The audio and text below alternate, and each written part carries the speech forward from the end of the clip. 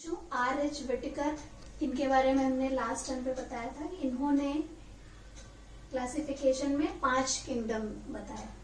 तो 2 तो वही थे, प्लांटी और एनिमल। उसके अलावा मोनेरा, प्रोटिस्टा और फंगाई, ये कुल 5 किंगडम इन्होंने बताए। तो सबसे पहले आज हम मोनेरा से स्टार्ट कर रहे हैं। मोनेरा में जो भी आएंगे ऑर्गेनिज्म वो सब क्या होंगे, प्रोकैरियोट्स होंगे। तो इसमें एग्जाम्पल में बैक्टीरिया लिया इन्होंने। तो सबसे पहले अगर शेप वाइज हम देखें तो ये बैक्टीरिया ये 4 तरह के हो सकते हैं। जब ये सर्कल शेप्ड होते हैं तो इन्हें कोकाई बोलते हैं। कभी कभी ये रॉड के शेप में भी पाए जाते हैं, बेसिलाई। कॉमा फॉर्म में पाए जाते हैं तब ये विब्रियो कहे जाते हैं। कॉलेरा जो डिजीज होती है वो जिस बैक्टीरिया के द्वारा होती है वो विब्रियो फॉर्म में ही होता है, विब्रियो कॉलेरी बोलते हैं उसको। नेक्स्ट स्पाइरलम के रूप में जब ये पाया जाता है उसको स्पाइरला बोलते हैं। तो ये शेप वाइज ये बैक्टीरिया के प्रकार हो गए।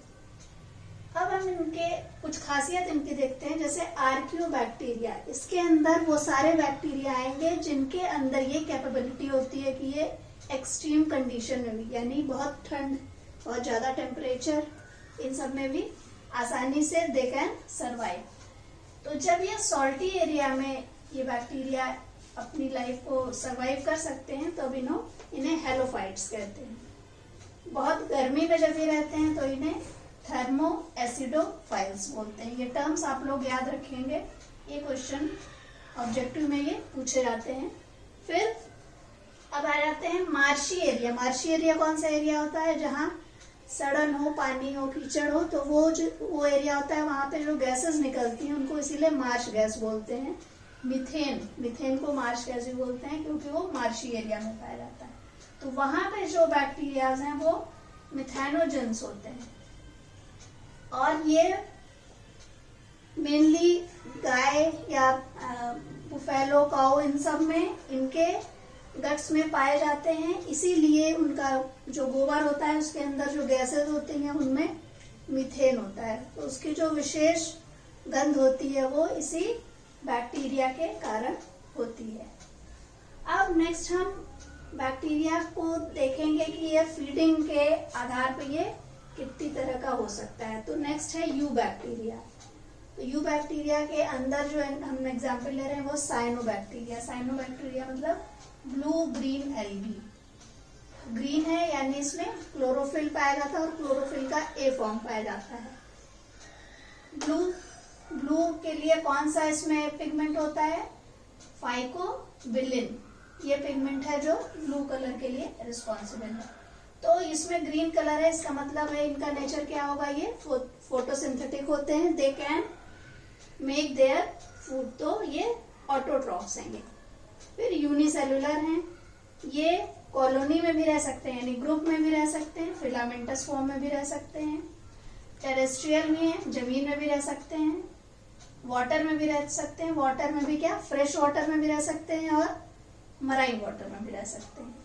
इनकी खासियत एक और होती है, ये नाइट्रोजन फिक्सेशन करते हैं। हमको मालूम है कि हमारे आसपास 78% नाइट्रोजन होती है, लेकिन वो हमारी प्लांट्स के लिए वो बहुत इंपॉर्टेंट है, लेकिन ये डायरेक्टली नहीं ले सकते। तो इसका फिक्सेशन करने का काम ये बैक्टीरिया करते हैं। तो ये प्लांट को ये इजीली ये अवेलेबल हो जाता है। एग्जाम्पल में आपके 2 एग्जाम्पल हैं इसमें, नॉस्टॉक एंड एनापेना। ये यू बैक्टीरिया के एग्जाम्पल हैं। अब नेक्स्ट हमने आप बताइए ऑटोट्रॉफ्स होते हैं। अब नेक्स्ट फीडिंग मेथड अगर इसकी देखें हैबिट, तो उसके बेस पे ये है कीमोसिंथेटिक बैक्टीरिया। ऑटोट्रॉफिक ये भी है, ये अपना भोजन स्वयं बनाता है, लेकिन क्या होता है इसमें ये केमिकल्स की मदद से बनाता है। इसके inorganic nitrogen, phosphorus, iron, sulphur, इन सब के को ये कन्वर्ट कर देता है ऑर्गेनिक फॉर्म में और फिर ये एनर्जी मिलती है इसको, और ये एनर्जी एटीपी की फॉर्म में इसकी बॉडी में रहती है और इसकी जो एक्टिविटीज होती है उनमें ये हेल्प करता है। उसके अलावा नाइट्रेट, नाइट्राइट और अमोनिया, ये इसको ऑक्सीडाइज करने का काम भी करता है। तो ये हो गया ऑटोट्रॉफ, ये भी है, ये भी है। ये क्लोरोफिल की प्रेजेंस के कारण ये फोटोसिंथेसिस के थ्रू इसको एनर्जी एटीपी की मिलती है, और यहाँ पे केमिकल रिएक्शन के थ्रू इसको एटीपी के फॉर्म में एनर्जी मिल जाती है। फिर कुछ बैक्टीरिया हैं जो हेट्रो डिपेंड करते हैं, दूसरे के ऊपर डिपेंड करते हैं अपने एनर्जी को पाने के लिए, तो वो हैं हेट्रोट्रॉफिक बैक्टीरिया। यहाँ पे यूजफुल बैक्टीरिया भी हैं और हार्मफुल बैक्टीरिया। यूजफुल में जब दूध को दही में बदलना है तो जो बैक्टीरिया है वो है, फिर एंटीबायोटिक फॉर्मेशन में, फिर नाइट्रोजन फिक्सेशन में, जो हमने बताया था नाइट्रोजन फिक्सेशन में भी ये बैक्टीरिया हेल्प करते हैं। डिजीज के लिए रिस्पॉन्सिबल है heterotrophic bacteria, cholera, typhoid, tetanus, citrus canker, ये डिजीज में इसको फॉर्म करते हैं। फिर नेक्स्ट है माइकोप्लाज्मा, एक बैक्टीरिया होता है और ये सबसे छोटी सेल होती है इसकी, ये भी ऑब्जेक्टिव में पूछा जाएगा। स्मॉलेस्ट सेल किसकी होती है? माइकोप्लाज्मा की होती है।